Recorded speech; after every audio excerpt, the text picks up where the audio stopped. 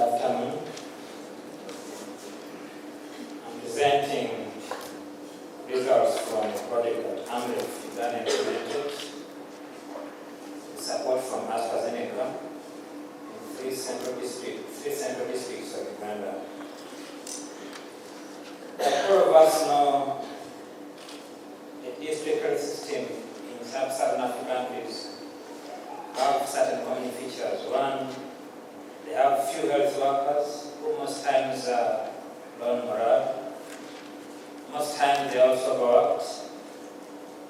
The programs are run in a vertical formation from top to down, as maybe malaria control program, AIDS control program.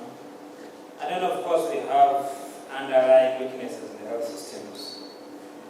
So basing on that, AMREF designed a community-based evaluation model. At this time, we are looking at the management of malaria, HIV, and TB care. And it was an initial program for us, so it is an innovative model that I'm presenting. That is the diagrammatic presentation of the model that I'm talking about, and it has four levels: the household level, community structures that deal with youth issues.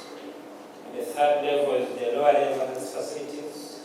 And then the fourth level is the district health system. In the first level of the model, we have the households that are assigned to village health teams. The village health teams are the equivalent of what we call community health workers. In our country, we call them village health teams. So, a village health team member is assigned a certain number of households which he or she has to take care of. And this is in terms of health education, home visiting, health mobilization, treatment support, data collection, depending on the occasion. And then the household level, the households in the communities are linked by structures that are entitled with mobilizing for health. So some of these structures are what we call village health teams. Initially you have a village health member that is assigned a number of households, and then a collection of village health team members constitute a village health team on a village, and then these ones eventually aggregate into a parish. And then in the community structure, they also have peer youth educators, but these were tasked now with mobilizing their fellow youth in terms of sensitizing and mobilizing for the three diseases. So once a patient had been identified from the household level, the VHT member in question referred that patient to the lower level health units adjacent and near to where the patient resides. In this case, we had health center level 2, health center level 3, health center level 4, which is the equivalent of the health sub-district, and in some cases, the district hospital.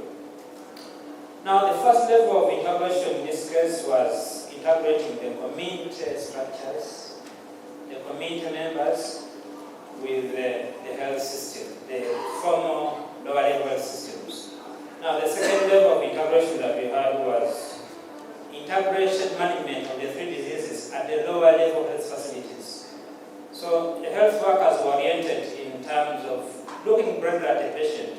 If this patient has been referred with a fever, it's likely that there is more than one thing that's presenting at that fever. So you are oriented to probe and look at the various causes that can cause that fever. If a patient came with a cough, it's probable that there were maybe other underlying causes, diseases besides the cough. So the health workers were oriented in terms of broadly looking at the patient and trying to extract all the necessary information and treat all the underlying conditions. So what the project did was to facilitate the development of village health workers, and to that effect we facilitated the development of 5,699 village health teams who were involved in mobilizing, sensitizing, and then referring the patients that were identified in the formal health systems. In the health system, the patients were examined, they were treated. If there was need for referring to a higher level facility, they were referred. initiated the treatment at that level, if he was capable of starting treatment, then the patient was stabilized and then referred back to the VHT that referred that patient initially to the health facility. So the VHTs were now tasked with supporting this patient, making sure that the patient takes the medicine, the patient goes back to the clinics as required, and then in most cases the VHTs also participated in collecting data in other resources, in other issues related to health issues in the community. And then the fourth level in the model was the health management team. It was strengthened in terms of coordinating the management of the 3 diseases, support supervision, collecting data. But most important, from that team, we identified members that were capable, and these were developed into trainers of training for malaria, HIV, and AIDS. And these were eventually supporting the VHT, supporting the rural health workers when and where the need arose. So after 3-4 years of implementation, we did realize some outcomes, and I'm happy now to present these. We found that the concurrent diagnosis of tuberculosis and HIV rose to a tune of 164%. Over that period, we still found an increase in HIV positive rates among those who volunteered to test by a percentage of 3.8%. We found an increase in tuberculosis case detection rate by a percentage of 10%. And then we also found a decrease in the total malaria death by a factor of 50%. Of course, like I said earlier, this was a model that was being tested, and so there were a number of gaps that were identified. There were a number of areas that we found needed to be reinforced, and these are now the efforts that we are putting forward. We want to replicate this model, identify the gaps, identify the weaknesses, so that we can build up a strong model that can further be so the Ministry of Health, be adopted, scaled up, and replicated to other districts.